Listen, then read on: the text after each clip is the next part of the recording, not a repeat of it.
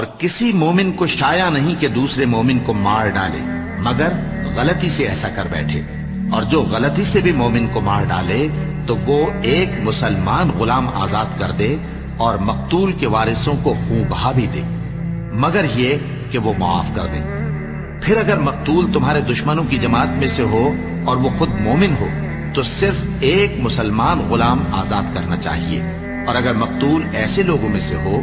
جن میں اور تم میں صلح کا عہد ہو تو وارثان مقتول کو خون بہا دینا اور ایک مسلمان غلام آزاد کرنا چاہیے، اور جس کو یہ میسر نہ ہو وہ متواتر 2 مہینے کے روزے رکھے۔ یہ کفارہ اللہ کی طرف سے قبول توبہ کے لیے ہے، اور اللہ سب کچھ جانتا ہے، بڑی حکمت والا ہے۔ اور جو شخص کسی مسلمان کو قصدن مار ڈالے گا تو اس کی سزا دوزخ ہے، جس میں وہ ہمیشہ جلتا رہے گا، اور اللہ اس پر غضبناک ہوگا اور اس پر لعنت کرے گا، اور ایسے شخص کے لیے اس نے بڑا سخت عذاب تیار کر رکھا ہے۔ مومنو، جب تم اللہ کی راہ میں باہر نکلا کرو تو تحقیق سے کام لیا کرو، اور جو شخص تم کو سلام کرے اس سے یہ نہ کہو کہ تم مومن نہیں ہو، کہ اس سے تمہاری غرض یہ ہو کہ دنیا کی زندگی کا فائدہ حاصل کرو،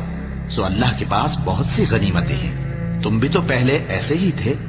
پھر اللہ نے تم پر احسان کیا، چنانچہ آئندہ تحقیق کر لیا کرو۔ بے شک جو عمل تم کرتے ہو اللہ کو سب کی خبر ہے۔ جو مسلمان گھروں میں بیٹھ رہتے اور لڑنے سے جی چراتے ہیں اور کوئی عذر نہیں رکھتے، وہ اور جو اللہ کی راہ میں اپنے مال اور جان سے جہاد کرنے والے دونوں برابر نہیں ہو سکتے۔ مال اور جان سے جہاد کرنے والوں کو بیٹھ رہنے والوں پر اللہ نے درجے میں فضیلت بخشی ہے،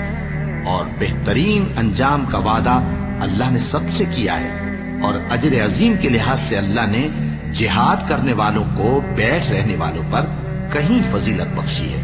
یعنی اللہ کی طرف سے درجات میں اور بخشش میں اور رحمت میں،